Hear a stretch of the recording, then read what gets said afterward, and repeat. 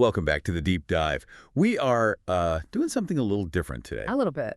Usually when we talk about systems or engineering or, global infrastructure, we're talking about tech or logistics or maybe urban planning. Right. We're usually dissecting supply chains or software stacks.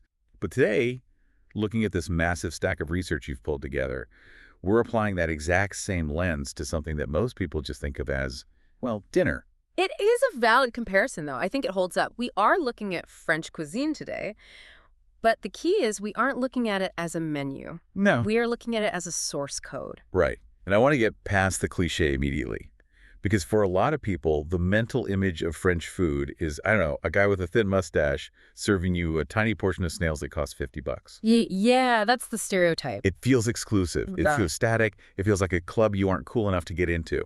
But the documentation you've sent over suggests that the real story of French food is actually about efficiency, standardization, and a ruthless kind of logic. It is the industrialization of flavor. That's really the core thesis here. If you strip away the romance and the fancy wine lists, French cuisine at its core is a standardized operating system for converting raw ingredients into consistent, high-quality meals. An operating system for food. Exactly. And the reason it conquered the world wasn't just because it tasted good. I mean, it does, but that's not the whole story. It conquered the world because it was scalable. See, that is a huge claim. Scalable isn't a word I associate with a souffle. I associate it with cloud computing. It should be associated with both. And we're going to look at this on 2 tracks today to prove that point. Okay, lay it out for us. Track A is the hardware, the hexagon, metropolitan France itself. We're going to look at how geography, the actual dirt and the weather dictated the code. And then track B, which I think is even more fascinating. The software rollout, the empire. What happened when they tried to install FrenchCuisine.exe in Vietnam, in Louisiana, in West Africa? And that's where the glitches happen. Well, are they glitches? Or are they features? Or rather, the features. That's where the local users start customizing the software. Exactly. That's where the code gets hacked. Okay, let's boot this up. We have to start with the history, because I was genuinely surprised by the origin story in the notes. I really just assumed French food always tasted like butter and herbs and subtle wine reductions. Not at all. But if we go back to the 1400s, the medieval period, the food sounds aggressive. Aggressive is putting it mildly. If you sat down at a banquet in Paris in 1450, you wouldn't recognize the food as French at all. You would probably think you were eating a very intense, very confused curry. Wow, because of the spice. It was a spice bombardment. We're not talking a pinch of nutmeg. We're talking about cinnamon, clove, nutmeg, ginger, pepper, and grains of paradise being used in quantities that would just blow your palate out today. Grains of paradise. What's that? It's a West African spice, sort of peppery and floral. The point is, these were all imported, incredibly expensive spices, and they used them on everything. They were putting sugar on meat, they were mixing sour verjuice, unripe grape juice with sweet spices. It was just loud. So why? What was the thinking there? I've heard that theory since I was a kid, that they used spice to cover up the taste of bad meat because they didn't have refrigerators. Yeah, that is a persistent myth, but historians largely reject it now. Okay. Think about the economics of it. If you can afford saffron and cinnamon, which were literally more expensive than gold at certain points in history, you can absolutely afford fresh meat. You don't waste $1,000 of spice on a $2 rotten chicken. That makes no economic sense. None. It would be like putting diamond dust on a moldy piece of bread. So it wasn't preservation, it was a flex. Purely a flex. It was diet a status symbol. The more your food burned the mouth and confused the senses with competing flavors, the richer you were. It was a form of communication. What was it communicating? I am so wealthy that I can afford to import the taste of the Far East and put it on my table. You weren't trying to taste the beef, you were trying to taste the trade route. You were eating your bank account. And the presentation was just as over the top. Oh, completely. It was pure spectacle. Peacocks roasted and then served with all their feathers reattached to look alive. Pies filled with live birds that would fly out when you cut into it. It was dinner theater. So when does the code rewrite happen? When do we pivot from I'm rich, eat this cinnamon bomb to I'm sophisticated, taste this single perfect carrot? This shift starts to happen in the 17th and 18th centuries. It's often called the culinary revolution, and it really mirrors the political centralization of France at the time. How so? Well, as the French court became more and more centralized under Louis XIV at Versailles, the entire culture shifted toward refinement and order. The Renaissance influence, which was heavy on Italian spices thanks to queens like Catherine de' Medici, started to fade. The new philosophy was about naturalness. Naturalness meaning subtlety. Restraint, yeah. The heavy spices that masked everything were abandoned. In their place, they elevated a new holy trinity: butter, herbs, and wine. The goal was no longer to mask the main ingredient. The goal was to intensify the essence of the ingredient. So if you cook a chicken, The sauce should taste like the soul of that chicken. This is where we get the birth of reductions. You Well. take the pan juices, you add some stock or wine, you boil it down, you concentrate it. It's chemistry, really. It's about flavor extraction, not flavor addition. it sounds like they moved from hardware acceleration, using all these external spices, to software optimization, getting the most out of the core ingredient itself. That's a great way to put it. That's a perfect analogy. And then just as this new refined style is taking hold in the palaces of the aristocracy, the entire system gets a massive, massive shock. French Revolution. The French Revolution. 1789, the guillotine comes out, and the whole social order is turned upside down. I would have assumed the revolution completely killed fine dining. I mean, if you're chopping off the heads of the people who buy the fancy food, shouldn't the market for it just crash? You'd think so. Logic dictates that if your customers die, the business dies. But it did the exact opposite. It democratized it. How? Before the revolution, the best chefs in France were private property. They were like a prized piece of furniture. They worked for the Duke of Orleans or the Prince of Condé. They were hidden away in castles and private mansions. They were staff. So the general public had literally never tasted this kind of food. Never. Maybe they smelled it walking by a palace kitchen, but that's it. But suddenly, the Duke is dead. The prince has fled to England to save his neck, and the chef is unemployed. He has this incredibly specialized, high-level skill set. He knows how to make a perfect consommé, a flawless soufflé, but he has no master to cook for. So he goes freelance. He opens a shop, he puts a sign in the window, he puts a list of dishes available that day, a menu on the door, he puts a few tables on the street. This is the birth of the restaurant. And the word itself means what? It literally means restorative. A place to go to restore your health and strength with a fortifying broth or soup. That's amazing. And it moved gastronomy from the private sphere to the public sphere. Suddenly, a lawyer, a merchant, or a writer could eat the exact same food that the king used to eat, provided they had the cash. It turned dining into a commodity. It's like when a proprietary technology goes open source, or at least goes to the consumer market. And it created the foodie, the critic. Before this, you ate what you were served. Now, you had a menu. You had choice. You could have a conversation, a debate. Oh, the chef at the place down the street makes a better sauce than this guy. That conversation couldn't even exist before the revolution. So now we have the public restaurant. The concept is out there. We move into the 19th century, and this is where the engineering theme really takes over. The notes talk about a guy named Auguste Escoffier. And the way you describe him, he sounds less like a chef and more like Henry Ford. That is an absolutely fair comparison. Auguste Escoffier is the architect of the modern kitchen. He's the one who codified everything. What were kitchens like before him? Chaos. They were chaotic, hot, disorganized messes. People were shouting, running into each other. Everyone was trying to do everything at once. It was inefficient and inconsistent. Escoffier, who had a background in the military, looked at that chaos and said, "We need a system." This is where the brigade comes in. Yes. The brigade cuisine. It is literally a military structure applied to making soup. You have a general chef de cuisine, you have a colonel or a second in command, the sous chef, and then you break the production line down into stations. Specialization of labor, like an assembly line. Radical specialization. The saucier does nothing but sauces all day. The rôtisseur does nothing but roast meats. The poissonnier handles the fish. The entremetier handles the starches and vegetables. The pâtissier is in charge of all pastry and desserts. The garde-manger handles all the cold foods like pâtés and salads. Okay, but why does this matter to the listener? Why should they care about the org chart of a kitchen from 100 years ago? Because this is the only reason you can go to a restaurant with 4 friends, order 4 completely different hot meals: a steak, a fish, a complex vegetable dish, and a soup. and have them all arrive at your table at the exact same time, all at the perfect temperature. It's a coordination miracle when you think about it. It's a miracle of logistics. Escoffier turned cooking into manufacturing. If one single person tried to cook all 4 of those dishes from scratch, the steak would be stone cold by the time the fish was done. But with the brigade, 4 different specialists cook 4 different components, and they all converge at the pass, the counter where the chef inspects them, at the same moment. It's just-in-time logistics. And he also standardized the software, the mother sauces. This is the part of the notes where I just wrote tech stack in big letters. This is the tech stack. This is the part I love the most. It's so brilliant.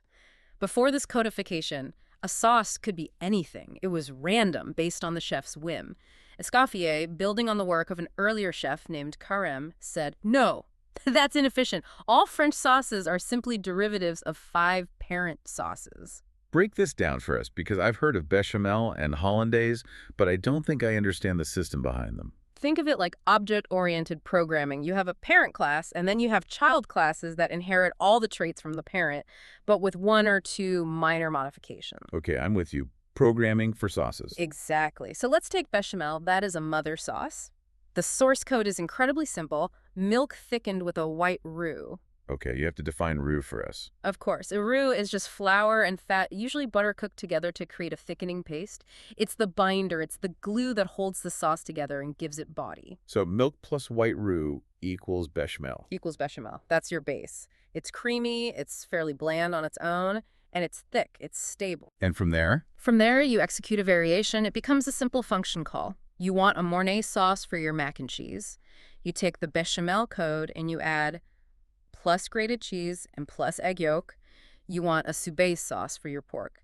You take bechamel and you add plus sautéed, pureed onions. You don't reinvent the white sauce every single time. You just pull the mother sauce off the shelf and modify it. It's completely modular. That's genius. Totally modular. And there are 5 of them. You have bechamel, which is milk-based. You have velouté, which is based on a white stock, like chicken or fish stock. Okay. Then espagnole, which is a dark brown stock, like veal stock. Hollandaise, which isn't thickened with a roux, but is an emulsion of egg yolk and butter.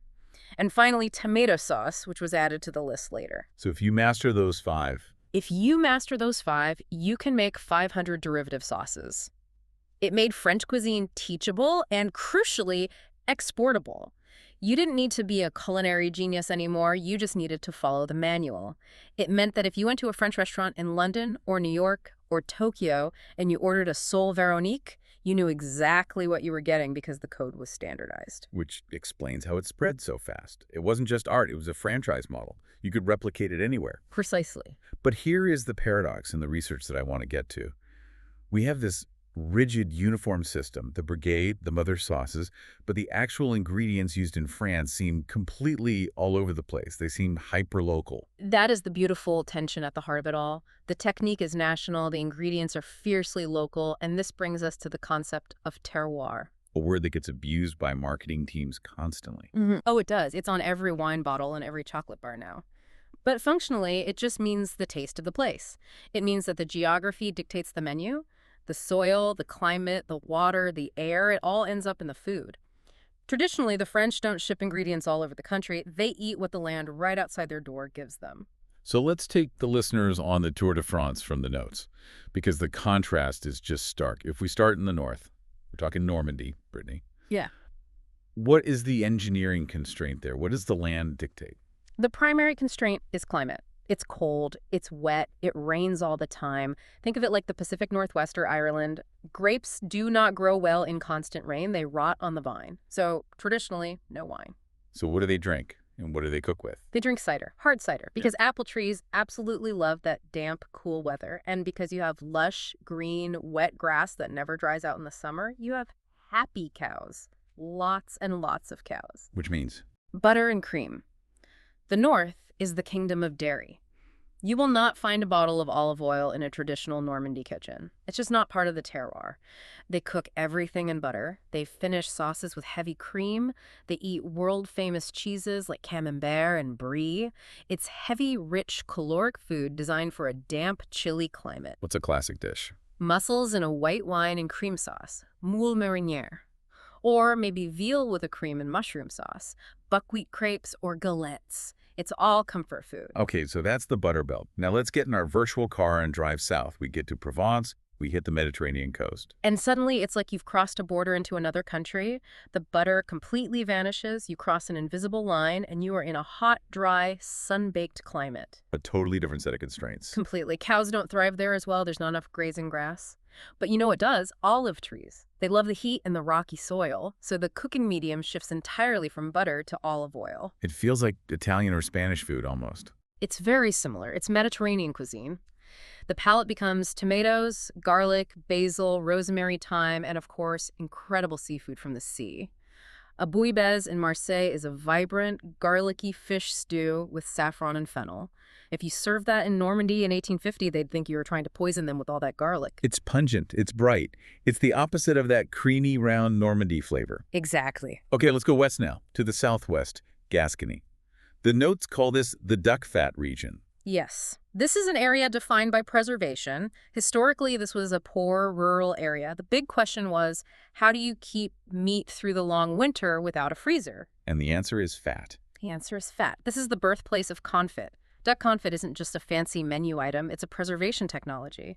You take a duck leg, you cure it in salt to draw out moisture, then you slow cook it submerged in its own rendered fat, then you pack it in a jar and cover it completely with that same fat. So no air can get in. No air can get in, so no bacteria can grow. It lasts for months, even a year. So the lochery dish of today was the survival ration of yesterday. 100%. And the most famous dish from there is cassoulet. It's this epic, slow-cooked casserole of white beans, sausage, and that preserved duck confit, all baked for hours until it forms this incredible crust. It's ridiculously heavy. It's what you call peasant luxury. And finally, a quick stop in the mountains, the Alps. Pure survival mode. High altitude, freezing cold winters. You are burning thousands of calories a day just to keep your body temperature up. So what do you eat? The most efficient fuel source. The most efficient fuel source. Fat and carbs. Potatoes and melted cheese. This is where you get raclette, fondue, tartiflette. It is fuel. You don't eat fondue in July in Provence. You eat it in January in Savoy after skiing all day. So to sum up this part, French cuisine is really just a trench coat with 5 or 6 completely different regional cuisines stacked on top of each other inside it. That's a good way of looking at it. But they're all united by that common grammar we talked about earlier. A chef in Provence and a chef in Normandy might use totally different fats and herbs, but they both know how to properly use a knife, they both understand the brigade system, and they both understand the concept of a reduction. They speak the same culinary language. Okay, so that's track A, the hexagon, the internal hardware and its regional variations. Now I want to move to track B, because for me, this is where the engineering gets really stress tested. The empire. This is the most complex and, I think, the most interesting part of the story. France was a major colonial power. They occupied Vietnam, huge parts of West Africa, islands in the Caribbean. They had a massive influence in Louisiana. And when they went to these places, they brought their tech stack. The baguettes, the mayonnaise. The stocks, the sauces, the brigade system and professional kitchens, the café culture. They brought the whole operating system with them. But you can't bring the terroir. You can't bring the Normandy cows to the Mekong Delta. Exactly. So what you get is a collision. You have the rigidity and the logic of French technique crashing head-on into the biodiversity and the climate and the pre-existing food cultures of the tropics. And the result isn't French food. It's a hybrid. It's something totally new. Let's look at Vietnam, the banh mi. This is a sandwich that I think people, myself included, take for granted, but it's actually a really weird and fascinating object when you break it down. It's a history lesson wrapped in paper. I mean, look at the construction. The foundation is a baguette. It often has pâté. It has mayonnaise. That is pure Paris. If you stop there, it's a classic French lunch. But it's not a French baguette, is it? It tastes different. No. And this is the first crucial engineering tweak. French wheat, the kind that makes those dense, chewy baguettes, doesn't grow well in Vietnam's climate. It's too hot and humid. So Vietnamese bakers, being resourceful, started mixing rice flour, which they had in absolute abundance, into the wheat dough. What does that do to the structural integrity of the bread? It completely changes the physics of it. Rice flour doesn't have the same kind of gluten, so it makes the crust incredibly thin and crackly, almost like glass. Yeah. When you bite into a good banh mi, it shatters everywhere. And the interior, the crumb, becomes airy and light, almost like cotton candy. It's not chewy and dense like a Parisian loaf. It's much lighter, which is better for a hot climate. And then the fillings. That's where things really diverge. The fillings are the rebellion. This is the local hack. The French would never put pickled daikon, radish, and carrots, a handful of fresh cilantro, slices of cucumber, and bird's eye chilies on a pâté sandwich. It would be an outrage. It would be an absolute outrage. It's too sharp, it's too spicy, it's too loud. It breaks that restraint rule we talked about earlier. It shatters it. It introduces what I call the cut, the richness of the French fat. The mayonnaise, the pâté, is cut through by the sharp acid of the pickle and the aggressive heat of the chili. It creates this perfect balance of savory, spicy, fresh, and acidic that, frankly, is more exciting to a lot of palates than the original French sandwich. It uses the French structure to deliver a distinctly Vietnamese flavor payload. The notes mention coffee here, too. I think most people assume coffee is indigenous to Vietnam, but that's a French import. The coffee plant itself, yes, it came with the French missionaries and colonists in the 19th century. But again, the French infrastructure failed. The French love café au lait strong coffee with fresh steamed milk. Right. But in 19th century Vietnam, there was no dairy industry and there was no refrigeration. Fresh milk spoils almost instantly in that kind of heat. So you can't make café au lait. So they hacked it. They hacked it. They used sweetened condensed milk. It comes in a can, it's shelf-stable, it doesn't need a fridge, and it's incredibly sweet. They mixed that with a very dark, bitter Robusta coffee that grows well there, which is also very high in caffeine. And now, Café Sua, Vietnamese iced coffee, is iconic around the world. It was a workaround that became a staple. Okay, let's jump across the globe to North America, Louisiana. The whole Cajun versus Creole debate. I feel like this is a place where people get the terms mixed up constantly. It's very easy to mix them up, but the distinction is really about class and geography. Okay. Creole is city food. It's the food of New Orleans. It was more refined, more cosmopolitan. It has Spanish, French, African, and Caribbean influences. It uses tomatoes, more butter. It feels a bit like aristocracy adapted to the New World. It was the food of the wealthy planters and merchants. And Cajun? Cajun is rural. It's country food. It's the food of the Acadians, who were French Canadians kicked out of Canada by the British in the 1700s. They were forced to migrate and ended up in the swamps and bayous of Louisiana. They had nothing. They were refugees. So it's survival cooking. Absolutely. One pot, whatever you could catch or grow. Local game, muskrat, alligator, crawfish. It's much more rustic. And the roux, the French mother sauce building block, changes here too. And this blew my mind when I read it. I always thought a roux was just a white paste. In classical French cooking, a roux is white or blonde. You cook the flour and butter just enough to get the raw taste out. Its primary job is to thicken. It's structural, but it's meant to be invisible in the final sauce. But in Louisiana? In Louisiana, they burn it. Well, a controlled, careful burning. They cook the flour and fat, often oil or lard, because butter has milk solids that burn too fast for 20, 30, sometimes 45 minutes. You have to stand there and stir it constantly, or it becomes acrid and inedible. What color does it turn? It goes through stages. It starts pale, then it turns the color of peanut butter, then a copper penny, and finally, if you take it all the way, it gets as dark as milk chocolate. What does that do to the chemistry of it? Two things. First, it kills most of its thickening power. The long cooking process breaks down the starch molecules, so a dark roux doesn't thicken a soup very well. So what's the point? The point is flavor. It creates a massive, massive amount of flavor. Nutty, smoky, toasty, slightly bitter depth. The roux stops being a simple thickener and it becomes a seasoning.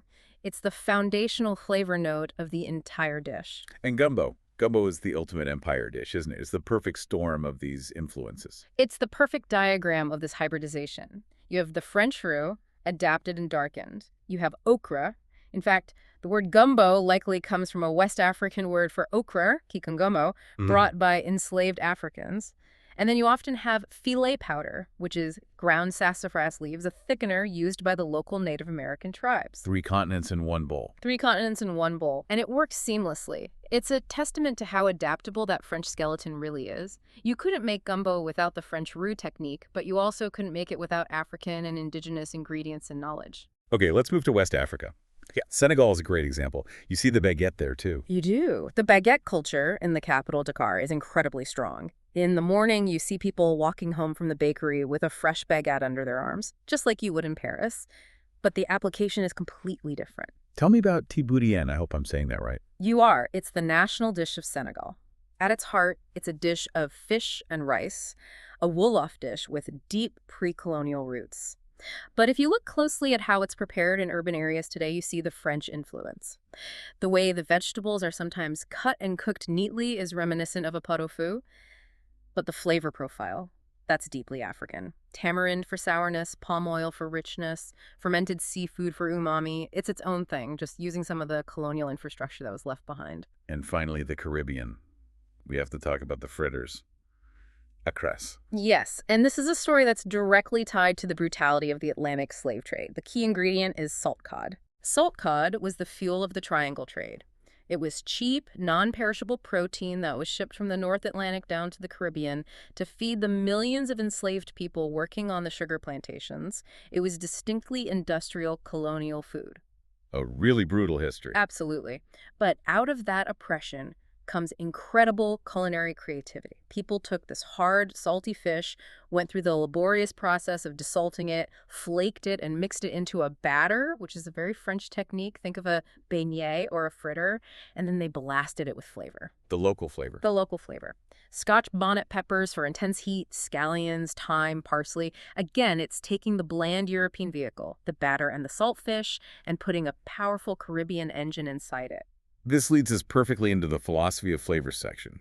The notes distinguish between whisters and shouts. I think we've touched on this already, but let's really codify it now. The metropolitan French philosophy, the food of the hexagon, is whispering. It's about balance, harmony, and roundness. You use butter and cream to smooth out any sharp edges in a dish. You almost never want to shock the palate. A classic beef bourguignon is like a warm hug. It's deep, it's savory, but it doesn't attack you. It's almost monotonous, but in the best possible way. It's a single, beautiful, sustained note. Exactly, a bass note. And the empire philosophy is shouting. It's turning the treble knob all the way up. All the way up. When the French technique left France, it landed in hot climates. And in hot climates, your body craves different things. You crave acid to cut through richness and cool you down. You crave spice to make you sweat, which is the body's natural air conditioning. You crave contrast. So while France was trying to make everything taste like one unified, harmonious thing, the colonies were trying to make things pop. They wanted every bite to be an explosion of different sensations. The notes compare beef bourguignon to Vietnamese pho. Both are absolute masterpieces of stock making. Both require hours and hours of simmering bones to extract gelatin and deep flavor. The core principle is the same. but the end result could not be more different. Totally opposite. Bourguignon is thick, opaque, heavy from the wine and the dark roux. It coats your tongue. Pho is crystal clear, light, and intensely aromatic from spices like charred ginger and star anise. It lifts you up, whereas the French stew is designed to weigh you down and keep you warm. It's the same engineering principle, extracting flavor from bone, but the final application is completely different. I want to pivot now to the sociology of it all before we wrap up. Segment 6 in the outline, social rituals. Because the engineering isn't just what's happening in the pot, it's happening at the table too. Right, the social contract of the meal. In France, the meal is a very rigid structure. There are rules. You do not snack, you do not eat in your car. So the desktop lunch, eating a sandwich while you type, is a crime against humanity there. It's becoming more common in big cities, of course, due to global work culture, but culturally, it's deeply frowned upon. The meal is a protected pause in the day. It is a moment of civilization. And the primary stage for that civilization is the café. I love the observation you had in the notes about the chairs in a cafe. Right, it tells you everything. In a classic Parisian café, where are the chairs on the terrace facing? They're facing the street. They're facing the street. You often sit side by side with your friend looking out at the sidewalk. You're not even looking at each other. You can, but the primary orientation is outward. You are there to watch the theater of the city go by. You are part of the audience, and by being there, you are also part of the show for the people who are walking by. And this concept traveled too. You see it in Hanoi. You see it in New Orleans. It's the export of loitering with intent. The idea that you can buy one single coffee, and that purchase allows you to rent a table for 2 hours just to read or think or exist in public. That is a very French concept of a democratic urban space. But there's a huge divergence in how the food is actually served. The whole plated versus communal thing. This is where the local culture almost always overrides the imported French code. French dining, especially post-escoffier, is fundamentally individualistic. You get your plate, your steak, your portion of potatoes. It's yours. It's neatly contained. Hierarchical. Very. Yeah. But in West Africa, or in a Cajun crawfish boil, the food is served communally. It's a shared platter, a single massive pot in the middle of the table. The pile on the table method. Exactly. And that signals something completely different. It signals we are in this together. This is our shared resource. It breaks down the physical barrier between diners. In a crawfish boil, you are literally elbow to elbow with strangers, grabbing from the same pile. It's messy, it's loud, it's the polar opposite of the hushed white tablecloth French dining room. So even if some of the ingredients have French DNA, the ritual of eating remains deeply local. So zooming out on this entire deep dive, we've looked at the history, the system, the regions, and this global remix. Yeah. What is the big takeaway here? Because we started by saying French food is engineering. I think the takeaway is that the true strength of French cuisine wasn't its purity, it wasn't its unchanging perfection, it was its interoperability. That's a tech word. It fits perfectly. France provided the operating system. The stocks, the sauces, the knife cuts, the brigade structure. It was a sturdy, logical, and well-documented system. And because it was so logical, it could support plugins from anywhere in the world. You could plug in Vietnamese chilies and fish sauce. You could plug in a Louisiana crayfish and smoked sausage. You could plug in Senegalese tamarind and palm oil. The system didn't crash. It just updated with new features. So the gatekeepers, the purists who say that's not real French food? They're missing the entire point. The most vibrant and exciting expressions of French culinary DNA today aren't necessarily in a 3-star Michelin restaurant in Paris where they are meticulously recreating a recipe from 1905. They might be in a banh mi shop in Saigon or a gumbo pot in the bayous. Because those places took the tools and built something new and alive with them. Evolution is survival. If French food had stayed perfectly pure, locked in the 19th century, it would be a museum piece. It would be beautiful, but it would be dead. The empire variations kept it alive by keeping it relevant. They broke the rules, but in doing so, they honored the spirit of the system's adaptability. That is a great place to leave it. The idea that the child creates the legacy of the parent. Precisely. And it leaves us with a provocative thought. If the definition of classical French cuisine is this strict codification and these rigid rules, does the future of French food lie in preserving those rules at all costs? Or does it actually lie in the legacy of the empire variations, the banh mi, the gumbo, the very dishes that succeeded by breaking them? A great question. So, to the listener, next time you're eating, whether it's a fancy steak or a sandwich from a street cart, look for the code. Look for the engineering. Ask yourself, is there a roux in this? Is there a balance of acid and fat? Is this meal a whisper or is it a shout? You'll start to find the French fingerprints everywhere once you start looking. Thanks for diving in with us. Bon appétit!